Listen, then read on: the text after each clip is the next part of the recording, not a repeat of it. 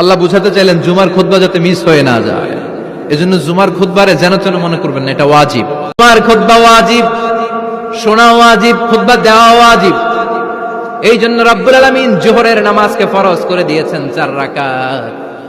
যেহেতু জোহরের নামাজের আগে পরে কোনো খুতবা নাই, জুমার দিন খুতবা আছে, তাই জুমার দিন 4 রাকাত থেকে কমিয়ে তিনি 2 রাকাত করে দিয়েছে। প্রতিদিন জোহরের সময় ফরজ কয় রাকাত, কিন্তু জুমার দিন ফরজ কয় রাকাত? 2 রাকাত কমাইলো কেন? খুতবা, সুবহানাল্লাহ কইবেন না? এজন্য জুমার খুতবাটা খতিব সাহেব যারা আছেন খুবই জরুরি।